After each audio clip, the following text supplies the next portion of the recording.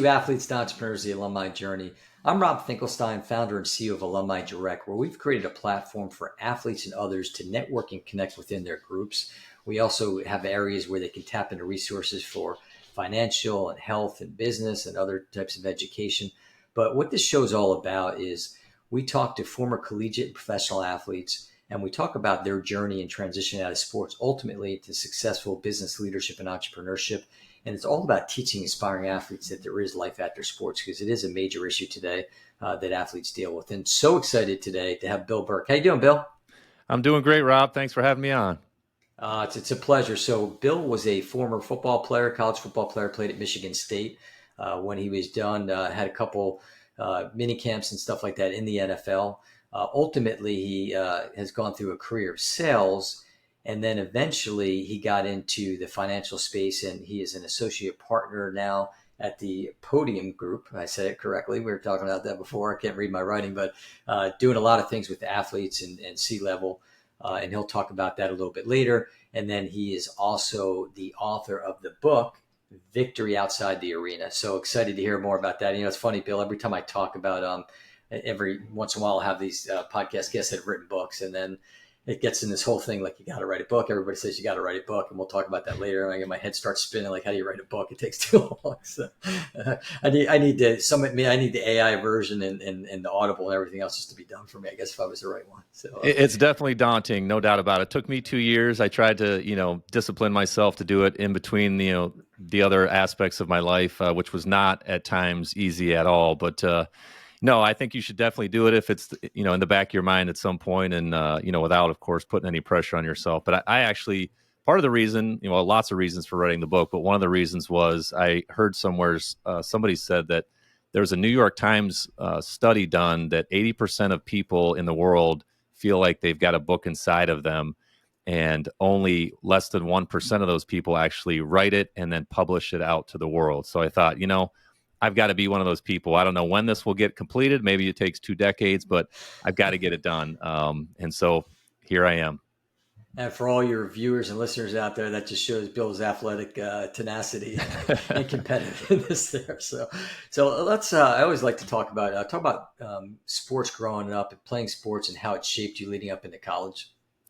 Yeah, I mean, not just leading up to college, but even up until today. I mean, it's just been such a central core of my entire life in so many different ways.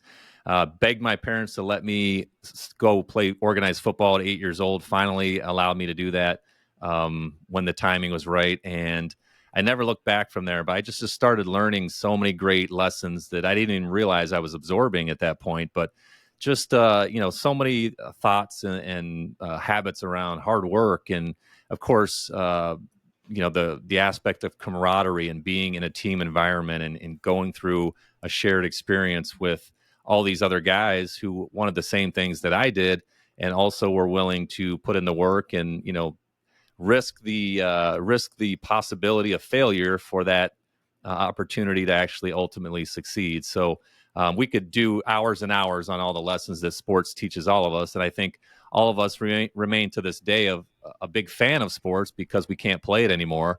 And we see those things on the screen and the athletes that are active right now that, we aspire to be as well. So, yeah, I can't say enough about the positive effect that sports has had on my life. And I've just been so fortunate to be around a lot of great teammates. And then, of course, a lot of great coaches, culminating with my head coach at Michigan State, Nick Saban. Yeah, that's great. I mean, I guess it's not that it was Nick Saban before Nick Saban, but I guess Nick Saban before Alabama, right? 100%. He's was a different Nick Saban at that time in the late 90s than he was, I think, at the end of his career. And I think that says a lot about him and his evolution. But I think, I'm just guessing here, but I think at Michigan State, he was still trying to make a name for himself and establish himself as one of the elite coaches in the entire country. And he certainly did that. He built us up to a number 7 ranking my senior year, and then left for LSU, and not too long after that won a national title there. And then everybody knows what he did at Alabama. So I think for anybody who's counting, he ended his career with 7 national titles, which is, by my estimation, makes him the greatest college football coach in history. Yeah, no, he had definitely had an amazing career. I'm sure amazing impact on you and a lot of other athletes a lot of other football players. So let's talk about. Well, first of all, one other question: did you aspire to be a professional athlete growing up, and if so, was it football or another sport?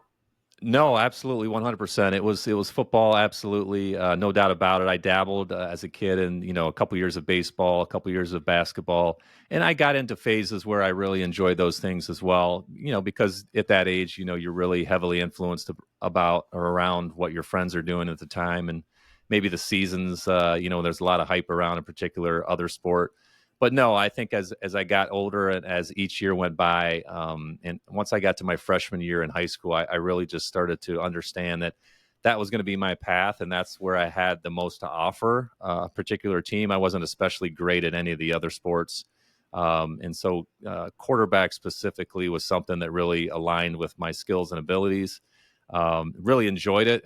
Just loved the whole identity of that. I think didn't realize it at the time, but that's partially or a big reason why I wrote the book. But as athletes, we just kind of continue on to follow the path of where we're getting all the affirmation from, right? And the push from our peers and from our parents and our support systems. So, no, thought nothing else of going to the NFL, and that's where I was going to end up. And I got really, really close. They let me inside the door for a few months, but uh, reflecting back now, it's just, I was telling somebody else that even though for many years I thought that I had failed and I hadn't reached my dream of having a long career in the National Football League, looking back on it now, I achieved my dreams. I mean, I became the person that I watched on TV as a little kid on Saturday afternoons, playing in front of tens of thousands of people and on national television. So just feel really humbled and fortunate that I got to experience all those great things and have all these great memories. And not only that, but have an impact to an extent on all the people that were fans of mine and fan of our team and got a chance to watch us play. Yeah, no, that's great. And it's funny, like you said, that you had a little shot. Like I was talking to one other player who, similar to you, I think he went through some training camps and all. And I said, in football, do they call that like a cup of coffee? Because I know, Yeah. like in baseball, like they call that. So I wasn't sure what the football version of that is. Yeah. No, a cup of coffee. That's what I say to everybody. And you'll appreciate this. I was with the Giants temporarily, and the practice schedules and everything that you're doing is essentially the same as you did it in college. There really wasn't a whole lot of difference. A lot of the same drills, practices were organized the same way. But the difference is in the National Football League, I would be walking into the building and I'd see a Ferrari or a Lamborghini pull up, and out gets Michael Strahan, who's a NFL Hall of Famer now. So that's the difference. You're doing all the same things, but unless you've got a big contract, your teammates are not all broke anymore. Like most college students. Well, not today because of NIL, Yeah, but that's true. in those days, yeah, you go from nobody's making any money in college, and then you're doing the same stuff at the NFL level, and the parking lot is being filled up with luxury sports cars.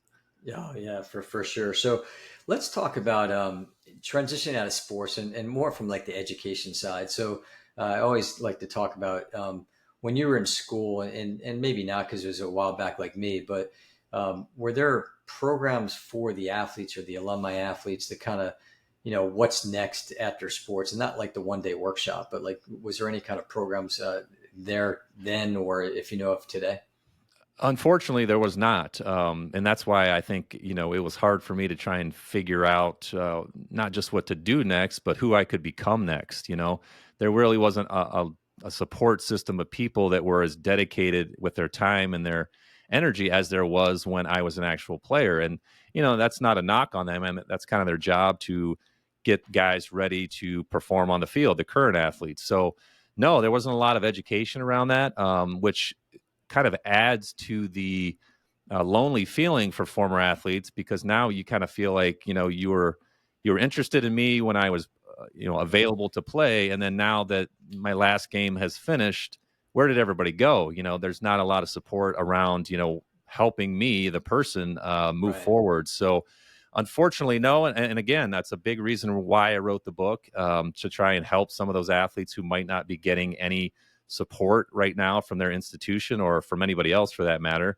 Hopefully they can lean on some of the concepts in the book, or just take one glimmer of hope that there are people out there right now, here and now, that can help them or want to help them figure out not just what to do next for a career, but to connect, with that quote unquote locker room that is so missing from their lives now, that they valued so much, and just more than anything, start to help them work on themselves. Because before we were all athletes, we were human beings with all sorts of traits and qualities. And how can we kind of go back to the beginning a little bit and use those things to kind of move forward? Yeah, no, I mean everything you said there. I mean, it's the a lot of, I guess the big thing you probably talk about in your book, just the whole loss of identity. I mean, you were Bill the football player, I was Rob the runner, Susie the swimmer, Yeah. whatever the sport, and you kind of identify as the sport, and you still have a long time ahead of you. And we've talked about working together with other partners in the health space and financial space, and whether it be business, sales, but to develop maybe additional curriculum at schools, help them to do that, and kind of partner with them, not only for the current athletes, but for the alumni athletes as well. As I mean, as you know, alumni athletes typically get forgotten unless you're a star athlete. But if there's something too, like if the school has some programs there to help, I mean, I think that's really important. So let's talk about networking, connecting. Obviously it's a major thing to help. Give me some of your thoughts on that. Especially related to while you're still playing. Yeah, I mean, it's something that I was completely clueless about. You don't realize that even when your career comes to an end, it's not just that you're not going to be able to practice and play anymore and be a part of a team, but you're going to have all these people that you're on a team with who are usually from many different parts of the country, depending on where you're playing. In my case, I was at a major university, and we had guys from virtually every state in the entire country. And when the career comes to an end, everybody kind of scatters. Everybody goes back to their hometown or goes to pursue their own desires and future interests. So really difficult at that point. And for me, there wasn't social media like there is today, which I think can be very helpful. But again, I think that falls short in a lot of ways as well, because I've talked to so many different former athletes, and myself included, with my own personal experience.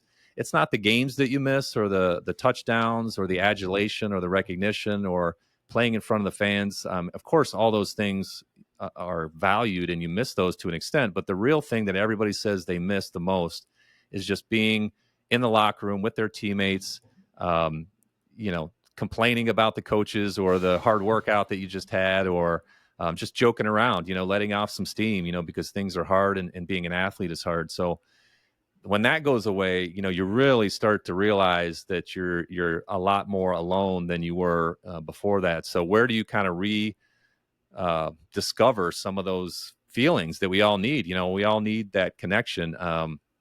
So I think, what you're doing and what I'm striving to do is important work as well, because I know that those athletes are out there. And again, Yeah. I wrote the book, to try and get it in the hands of somebody who might be just having these difficulties and suffering to an extent, but don't know where to go, don't know who to talk to, maybe don't want to talk to anybody Yeah. about how they're feeling, because, that athlete mentality is one of which, well, I've got to suck it up, and I've just got to be Yeah. tough, and I've got to put on this, external shell where nobody can penetrate my true thoughts. So I think it's really important. And, I'm looking forward to try and find more guys and girls out there that are in need, and, just to kind of see where they're at and help them through it. Yeah, no, that's great. And you're right. And I think that's the big thing is there's people out there that want to help, and sometimes it's hard to find it. It's, it could be fragmented. They're not sure where to go, and what platforms or ways to reach out to it. It just, and I think with networking and connecting, it's all about building relationships. And to your point, you said you kind of, struggled because you didn't get a chance to do that. And I think it's something that's so important that people can be doing it, as young as high school. I mean, you've got your high school friends, and you got their parents, and you got coaches, you got people out there that want to help. And I've, every time I talk about this on podcasts, it's so important to build the relationships and have that kind of pay it forward mentality. That, like we're having this conversation now. It's not like, what's Bill going to do for me, but how can I help Bill out? And I think if people take that mentality, and especially while they're playing, like I've talked to one agent, and he just said that, he had some athletes that just, they didn't, they had their tunnel vision going, playing the sport, and they didn't do the networking connecting. Then when they're done, all of a sudden, like, okay, well, give me my $100,000 sales job, and they just, it's not there because they just haven't built that network up. So yeah, definitely important. Let's also talk about Alumni Connection. Obviously, Alumni Direct, that's important to us. Talk about when you were there at Michigan State, and then we'll flip it to today. But when you were there, were there alumni athletes coming back, and not just for the homecoming game or the golf tournament, but coming back and mentoring and working with both the current athletes and maybe some of the alumni athletes as well?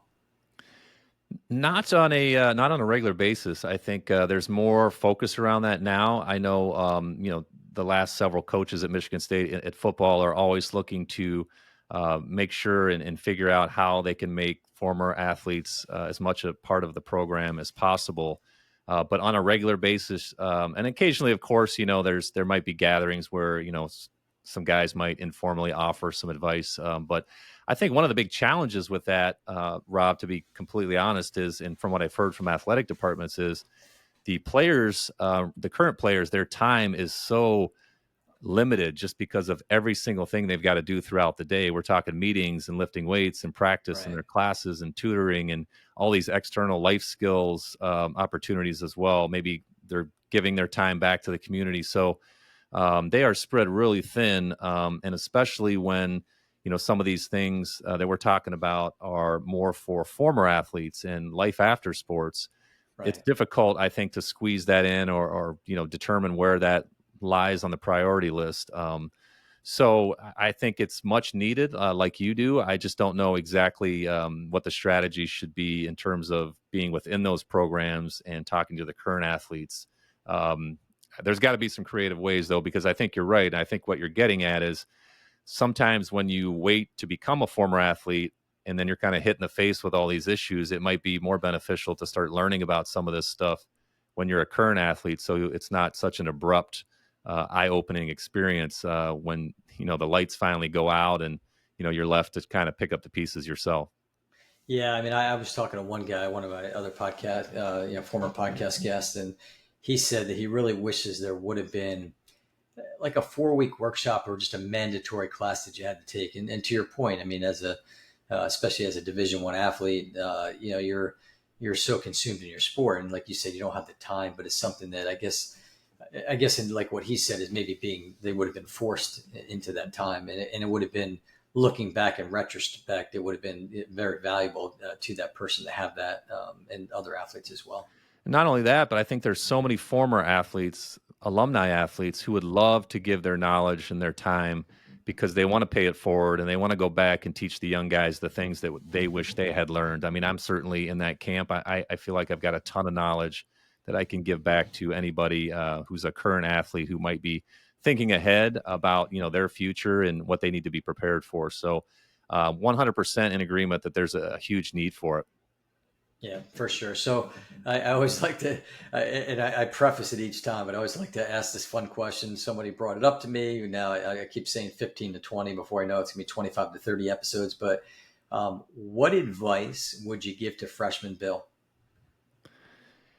Well, we already talked about it really. I was one of those guys that was so focused on what's going to happen to me and how's this going to go for me and when can I get playing time, and uh, not in a big selfish way, but I was just trying to figure it out. It was a really difficult thing to do, to try and be a full-time college student, adjust to that, and also be a part of a major Big Ten football program, because I had no clue what it was going to be like when I stepped on campus as a freshman. I thought the day that I reported, I'd have a lot of time to just kind of walk around campus with my parents and listen to the birds chirp. But it wasn't like anything like that. It was check in. You're going to get your physical. You're going to get fitted for all your equipment and your uniform. You're going to go run this athletic test or this test and go take a math test and see where. I mean, it was just an endless. Every minute was planned out for you already, and I had no idea that was coming. And it was like that for the next 4 or 5 years. So I would say take the time to step outside of yourself a little bit and really dive into getting to know. Obviously, this happens anyway, but really getting to know and become close and build relationships with a lot more people in your immediate sphere on your team, not just the two or three that are really close to you, but really learn about everybody as a human being, because those are the people that you're going to want to be able to stay in contact with once your career ends, because those are going to be the people, as you alluded to, that maybe could connect with you on a business venture, or maybe they become a CEO of a company and need somebody talented like yourself, and vice versa. You can give back to them. I mean, athletes are in such a unique position to build relationships, unlike any other situation, I think, in college, especially because you've got this huge group of people that convenes in one place every single day for years, and it's not a small group. In my case, it was 100 guys every Yeah. year. So it's just a unique advantage that everybody should take advantage of, as soon as they realize how valuable it is. Yeah, no, absolutely. And then, what about senior Bill? Any additional advice to him? You mean my senior year in Yeah, college? yeah, when you were getting ready before you're coming out. Yeah, I would say, start to work on yourself, because again, I was completely in the dark. I was Bill the athlete, Bill the football player, Bill the quarterback, and I just didn't. I knew that about myself, but that's what everybody else had been telling me my entire life. I had been getting pats on the back and recognition and trophies for that, and I had very little knowledge of who I was outside of that. I didn't think I had to know that. I thought that the athlete was who I was, when in actuality, it was just a big part of what I did. And I don't know that I was fully um, desiring to move past that. I wanted to continue being the athlete, and that's why I continued to try and play at the professional level. So, and I think there's a lot more awareness around it these days with, talking about mindset and mental health and all of that. But you've really got to put in the work yourself to figure out who you are. And as hard as it might be to kind of disassociate yourself from your identity as an athlete, and that's hard to do when you're still an athlete and you're trying to accomplish great things, but you've got to spend some time each day, I think, figuring out who you are currently as a human being, and then who do you want to be when your career does come to an end, because whether it's next year or 20 years from now, it's all guaranteed to come to an end. Yeah, yeah. So Bill's kind of in my head here a little bit, because he's jumping ahead without knowing what the questions are. You're giving me some good segues. So let's talk about your transition into sports, and just out of football. And I don't know if we take it from like when you were done college, going into that next level to getting into professional football, or just in general, like once you were done playing football, the sport you loved your whole life and played. Yeah, so like I mentioned, after college, didn't get drafted into the NFL, but was signed as a free agent just to kind of be an extra arm in camp with the Giants. That was a great experience. Got to see New York and kind of bounce around the city for a little bit. That was enjoyable. It was a place I had never seen before, and got to just kind of get a glimpse into the NFL lifestyle. I think a little bit, just in terms of some of my teammates. I think I mentioned that Michael Strahan, pulled up to practice in I can't remember whether it was a Lamborghini or a Ferrari, which was kind of cool to see. And Jason Garrett was on that team as a backup quarterback, who became the head coach of the Cowboys for many years. Just, again, it was just the same as being in college. A lot of fun, a lot of jokes, a lot of good banter back and forth between me and my teammates. But again, that came to an end, and I kind of started to realize that reality was sinking in, and maybe I was getting to the end of the line. So really didn't have a clear cut path, in terms of what I was going to do next. Again, I thought I needed to replace that quote unquote career part of my life, which was football, with the next thing that was going to fill me up the way that did. And many years later, and after many years of reflection, there's nothing that can come close to running out on the field and playing in front of 75,000 people on a sunny Saturday.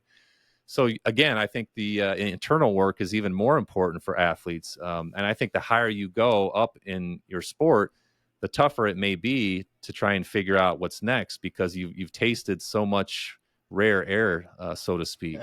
Yeah. So yeah, spent a few years trying to figure out exactly what that thing was going to be for me. But again, I don't think that your career is going to be your ultimate fulfillment. I think it can be. I think you can love the work that you're going to do, but you've got to really look at the holistic picture in your entire life in order to be really fulfilled and find meaning. Part of what I write in my book is, you've got to look for meaning in three different areas. As Viktor Frankl, another author, wrote, he wrote the Man's Search for Meaning. Work, relationships, and then he also talks about suffering as well, which I think are just really important places to start. But yeah, I think it's a continuous process. I know now that the work that I do, it's got to be team related in some way. It's got to have an impact on other people in some way. And I don't get fulfillment and meaning out of doing things just for myself. Obviously, everybody's got to, make a living and, provide for what they need. But I think when it all comes down to it, it's how can I add value to other people? How can I have an impact on their lives? How can I build relationships with them? And then, then at the end of the day, I think if I'm doing those things, then I'm on the right track. And number two, I think, I've got to be open to other experiences and other ideas that maybe I haven't thought of, or maybe I haven't planned for, because, this life that we're all living, I think can be really wonderful, but we've got to be open to new experiences, new people, and new ideas. And we can't be closed off to maybe the one vision that we had in our minds and be rigid about it. Otherwise, we might be disappointed along the way somewhere. Yeah, yeah, no, absolutely. And I guess any maybe key words of advice. I mean, you already hit something in what you were just saying now, but any other key words of advice to athletes as they look to be done, whether it's, again, it's from, as a college athlete, it could be in high school, or, as a professional athlete. Yeah, I think one of the main things is just to identify what's really important to you. I ask athletes, what do you want? And that's a really difficult question. It sounds simple, but it's really Yeah, difficult for a lot of people to answer yeah, because I they agree. just haven't sat down and thought about it. They get wrapped up in what other people expect them to do, or what other people want for themselves. And maybe I'll just go do what that person's doing, because then that's kind of a shortcut. So you really got to identify what you want out of this life, because there's only one of them. And believe me, as a person in their mid 40s who yesterday, was just wrapping up my college career in my early 20s, it just flies by so fast. And It you don't want does. to have any regrets looking back, which we all will, because we're all flawed and make mistakes. But yeah, identify what's most important to you in terms of your values and what you want out of life. And I think start there, and I think that's a great place to begin the journey. Yeah, no, that's great. I totally agree. So let's kind of fast forward to what you're doing today. So I mean, you went through sales and then ultimately got into the financial space. So talk a little bit about what you do there, and then once we're done with that, we'll kind of dig into the book a little bit as well. Yeah, I'm with a financial advisory firm, which is a unique group of former athletes inside a bigger company, and we help individuals, families, and business owners kind of control those uncontrollable life events, so they can build out and protect their financial legacy. And that can mean a lot of different things for a lot of different people. But we cater to business owners, as I mentioned, some professional athletes, C-suite executives, um, and I wish I had found this opportunity many years ago, right when my career was ending, because I'm on a team with a handful of other former athletes. So we kind of speak the same language. We've got a similar background. And the name of our company is the Podium Group. And the whole thought process behind what we do is we like to cater to those individuals who have been to the podium in some leadership aspect. And because we kind of identify with them, because as athletes, we had been to the podium as well. And so Yeah. we know what it's like to be out front. We know what it's like to work extremely hard to protect everything that we've built. So we really get a lot of pride out of working with those individuals and those business owners to kind of get them and keep them exactly where they want to be. No, that's great. And then I guess being a former athlete yourself, so have you found that helps when you're talking to some of these athletes, just to kind of relate to you? I think so. I think everybody, well, no, I shouldn't say everybody, but a lot of people really light up when the conversation turns to sports, because a lot of people, as I believe, are fans of sports. But one of the reasons beyond just entertainment value that we get out of watching sports, and I'm a fan just now as much as anybody else is, I think we see something that we admire in some of the athletes on the screen that, we hope to cultivate in ourselves. And so I think that's why a big reason why sports is so important to people in this country. So yeah, to answer your question, it does open some doors. But again, once you're inside those doors as a former athlete, you've got to be able to have your preparation in place and then be able to really deliver value to people, because you're talking about something that's very important to them, and that's their financial legacy. So we don't take that work lightly. Yeah, no, that's good. And then I guess talk a little bit about the athlete skill set and just how that translates. I mean, a lot of people want to hire athletes and all that. So talk a little bit about that when it comes to careers. Yeah, that's such a great question, because I think a lot of people, athletes and non-athletes, especially when they're entering the workforce, they get really wrapped up in, is my resume in the right format, and do I have the right things on there? And, am I saying the right things? But if I'm hiring somebody, I really want to know about them as a person. And I really want to know what their emotional intelligence is. And beyond that, I want to know what their soft skills are. So to answer your question, athletes have a huge advantage. I mean, astronomical in terms of their resilience. I mean, really, that's what everybody's looking for. Somebody that can get knocked down 100 times and still get up and dust themselves off and keep going. Because as Nick Saban once told me, you know, expect adversity. It's coming in some form at some point for everybody. Hopefully you can avoid as much of it as possible. But when you expect it, I think that just builds that mental toughness of knowing and believing in yourself that you will keep going, and you will eventually attain your goal no matter what happens to you, from the external part of things. So athletes have and they've got so many relatable stories, specific stories that actually happen to them that can help them illustrate all of those skills to potential companies or employers, anybody that wants to make a connection with them. Yeah, no, it's you're right, and I mean, I've talked to one other former podcast guest. He was played football in college, and then ultimately got in the business world and worked his way up as the CEO of a couple large companies. And he implored athletes that look, again, when your career is over playing sports, just it's a new game, it's a new team, and just take those skill sets. It's almost like I bring this up every once in a while, but I think back to like Field of Dreams. And remember that one guy that Yeah. loved baseball, but he was a doctor, and just that how baseball was first, but that he became better as a doctor in life. So I mean, I think athletes and other people in general just need to understand that there is other things to be doing. 100%. And, I talk about in my book how gut wrenching it was to kind of be told that, you're not good enough anymore and you can't be on the team. But, in the game of life, there really is nobody can tell you to hand in your playbook or hand in your jersey. You can play that forever. You can continue to enjoy sports forever as a coach or a fan or a parent, as I am now. But there is no end to that. You can continue to make life a game for yourself. You can make it competitive. You can compete against yourself and try and be better today than you were yesterday and whatever you're trying to accomplish. So it really sets that foundation for athletes, I think. And when you look at it that way and you kind of change your perspective, and as again, I think that the end of your career and having the gift of being an athlete or having been an athlete, that really wasn't the end of it. That was just the genesis, and it's almost like the universe is giving you that gift just to see what you do with it once your career came to a close. And that's really the fun of it. If you look at it that way, it's a fun challenge, which we as athletes all love, going forward. Oh, So, for sure. yeah, it's the opportunities for growth and accomplishment and fun. I think they're pretty much endless and limitless. Just depends on, where your mind is and how you look at it.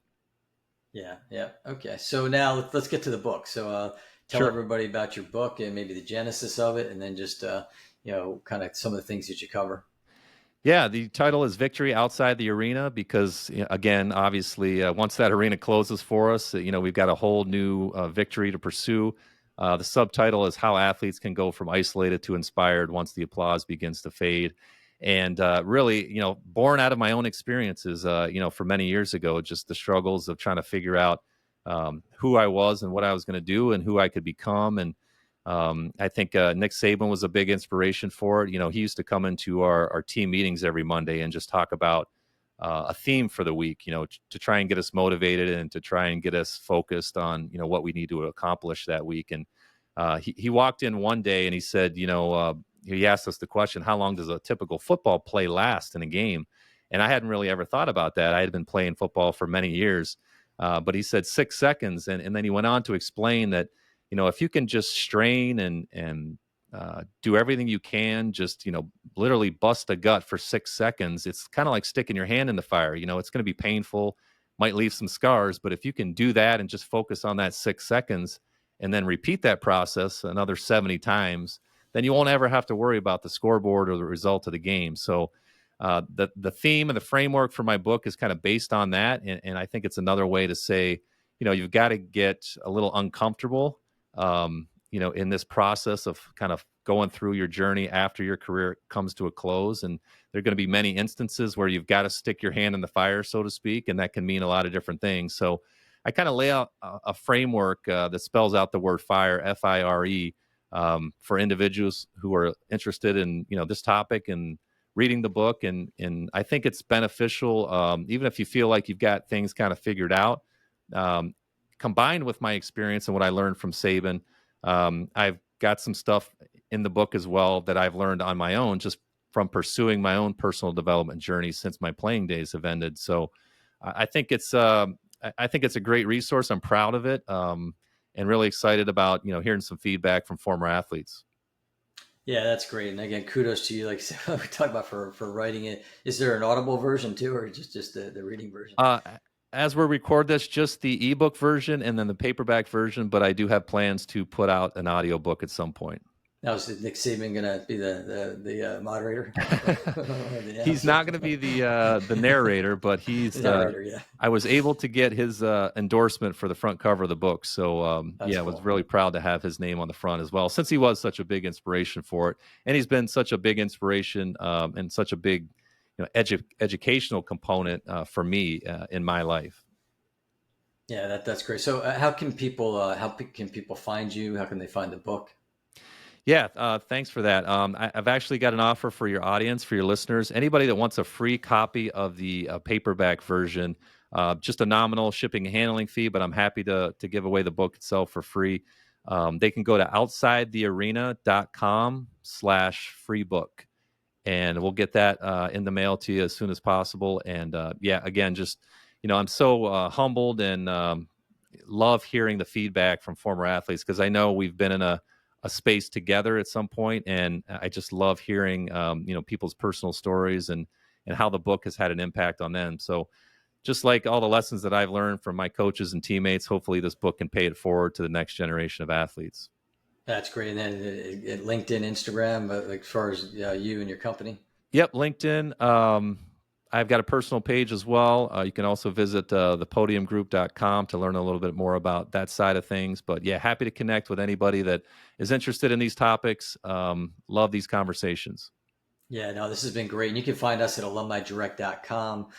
You can find the show on our YouTube channel, as well as across all of the different various podcast networks. Also, our friends at sportipreneur.com. We're on their platform as well with a bunch of other podcasts, which are great. Definitely, you should check that out. And it just, we want people to start watching and viewing this. There's, I always say if we could help at least one person, hopefully it's a lot more, but just every week, the advice that we get from our athletes like Bill, from our guests, just is phenomenal. And I really, we want to make an impact on these athletes that are struggling and just letting you know that there's help out there. So thanks again, everybody. And we appreciate it. And thanks again, Bill.